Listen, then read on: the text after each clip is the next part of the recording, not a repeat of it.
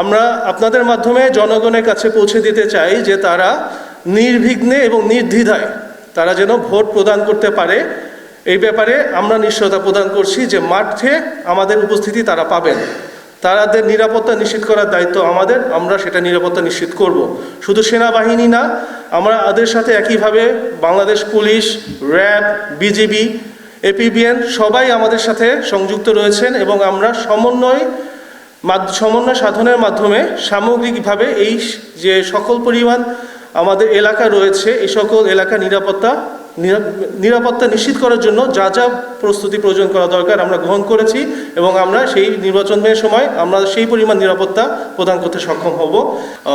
আপনারা ইতিমধ্যে অবগত রয়েছেন যে আমরা বিভিন্ন সময়ে বেশ কিছু অপারেশন পরিচালনা করেছি এবং আপনি যে সকল এলাকা বলেছেন আপনারাও অবগত রয়েছেন যে চকরিয়া, মহেশখালী, টেকনাফে বেশ বিপুল পরিমাণের অস্ত্রসহ সন্ত্রাসী ধরা পড়েছে বিগত কয়েকদিনে। চিংড়ির ঘেরেও যে অস্ত্র রয়েছে তার ব্যাপারে আমরা অবগত রয়েছি এবং বেশ কিছু লোকাল যে অস্ত্র রয়েছে, লোকাল গান, এগুলো ধরা পড়েছে। নির্বাচনের দিন আমি ইতিমধ্যে যেভাবে বলেছি যে আমাদের প্রত্যেকটি ভোট কেন্দ্র অনুযায়ী আমাদের নিকটবর্তী এলাকায় মোতায়েন আমরা নিশ্চিত করেছি এবং খুব দ্রুত সম্ভব সময়ে আমরা যদি কোনো ঘটনার বা পরিস্থিতির উদ্ভব ঘটে আমরা সেটা সামাল দেওয়ার জন্য প্রস্তুত রয়েছি। খুব দ্রুত আমরা সেখানে রেসপন্স করতে পারবো। ইন এডিশন এই যে ডিপ্লয়মেন্টটা রয়েছে আমাদের, এর বাইরেও আমাদের রিজার্ভ একটা দল রয়েছে, সেনা সদস্যদের বড় পরিমাণ একটা রিজার্ভ দল রয়েছে যাদের মূল ভূমিকা থাকবে স্ট্রাইকিং টিম হিসেবে। সুতরাং এই রিজার্ভ দলটি হচ্ছে কি আমাদের যারা ডিপ্লয়মেন্ট রয়েছে, যে ডিপ্লয়েড ফোর্স রয়েছে, সেই ডিপ্লয়েড টিমের সাথে এই রিজার্ভ টিম অর্থাৎ স্ট্রাইকিং টিমটি গিয়ে যোগদান করবেন এবং সমস্যা অনুযায়ী আমরা সমস্যার মোকাবেলা করব।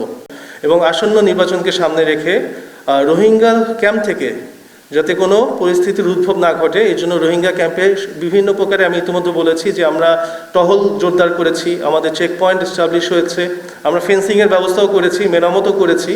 সুতরাং ইলেকশনের দিনে যাতে কোনো প্রকার নতুন ধরনের সমস্যা বা একই ধরনের বিগত সময় যে সকল সমস্যা হয়েছে না হতে পারে এই বিষয়ে যত পরিমাণ সমন্বয় করা প্রয়োজন নেভির সাথে আমরা করেছি। সো আই এম হোপফুল যে এই ঘটনার রিপিটেশন আর হবে না এবং আমি সকলের উদ্দেশ্যে বলতে চাই যে আমাদের প্রস্তুতি সম্পন্ন হয়েছে। আমরা সম্পূর্ণ একটি সুষ্ঠু এবং শান্তিপূর্ণ নির্বাচন করার জন্য প্রস্তুত।